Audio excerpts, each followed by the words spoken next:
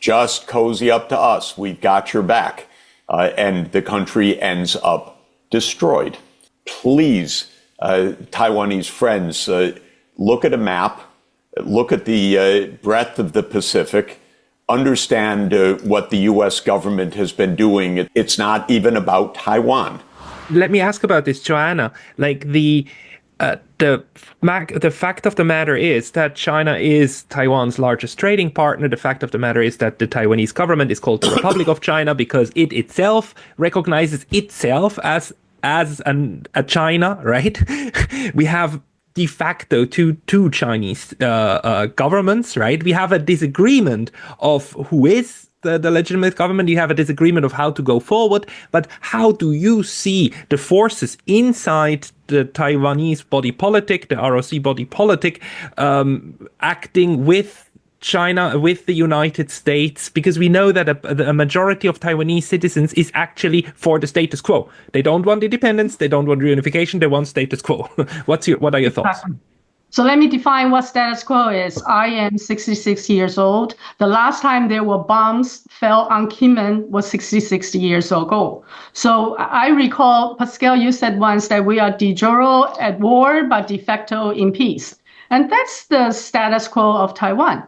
We have managed, even right after the last war in Kinmen, we have managed to stay out of each other and a status quo, which is a relative peace. And also in 2005, I was part of the envoy with Mr. Lian Zhan to visit Beijing with Hu Jintao. After the first time, the leaders of KMT and Communist Party in China shook hands, we actually had 8 years of relative peace with people discussing in terms of practical matters and resolving those, signing agreements with 22 government-to-government meetings, signing about 32 different agreements. So we were entirely possible and capable of resolving our issues with the leaders across Taiwan Straits, like Jeff was saying. But the turning point was really the last two DPP leaders, starting from Tsai Ing-wen in 2016 to Lai Ching-te in 2024. They have, with the encouragement of the United States, pushed an extremist separatist agenda, which is Taiwan independence. And when they push that agenda, which wants to separate Taiwan from the overall concept of China, then PRC has drawn one after another red line, extremely clear red line with their internal laws, such as anti-succession law and so on and so forth. And they actually laid out three conditions that there would be military confrontation. One is there's no hope for eventual unification. Secondly, there is international involvement, which is what Jeff was saying, international involvement in the Taiwan situation. In my view, such as if U.S. sent a lot of military armaments or servicemen or another military advisory group to Taiwan, and that would constitute the second one.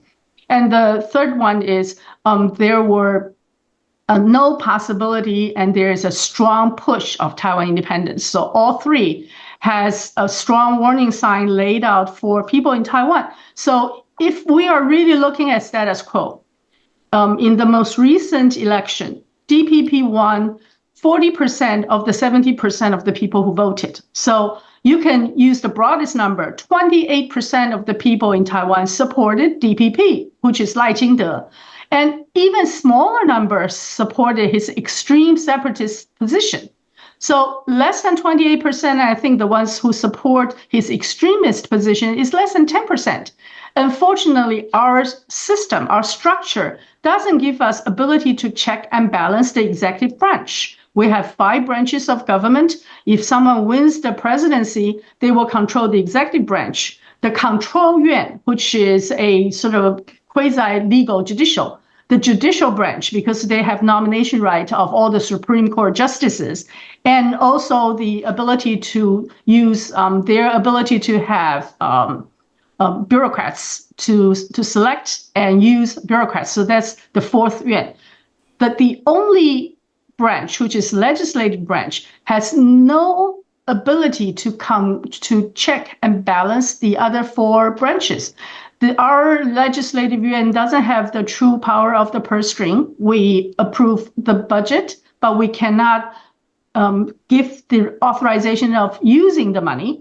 We don't have investigation rights. We don't have congressional hearing. We cannot hold people contempt of the Congress. So we have very handicapped legislative branch that will have no ability to balance whatever the executive branch leader wants to do. And that is a very real situation of our inability to fight Lai Ching-te's DPP separatist agenda. He can say anything in January 1st, May 20th, which is his inauguration date, and October 10th, which is our National Day. All 3 speeches send extremely strong signals to PRC, and PRC will interpret his 3 speeches and decide what they would do to Taiwan.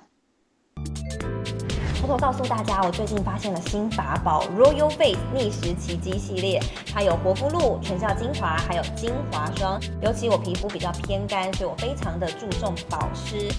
保湿做得好，肌肤自然烹饪。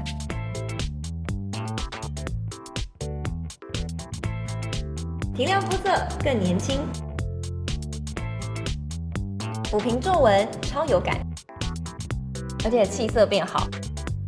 用心保养，每天都更美一点。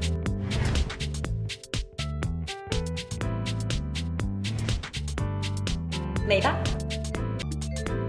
偷偷告诉大家，我最近发现了新法宝 Royal Face 逆时奇迹系列，它有活肤露、全效精华，还有精华霜。尤其我皮肤比较偏干，所以我非常的注重保湿。保湿做得好，肌肤自然烹饪。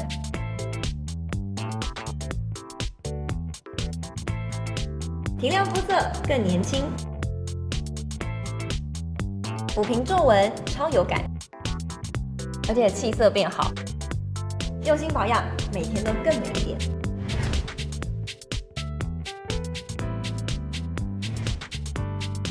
美吧！偷偷告诉大家，我最近发现了新法宝 Royal Face 逆时奇迹系列，它有活肤露、全效精华，还有精华霜。尤其我皮肤比较偏干，所以我非常的注重保湿。保湿做得好，肌肤自然烹饪。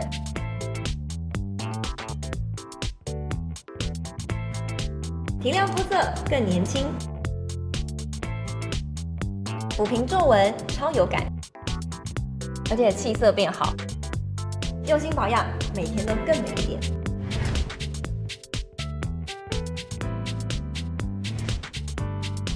美吧！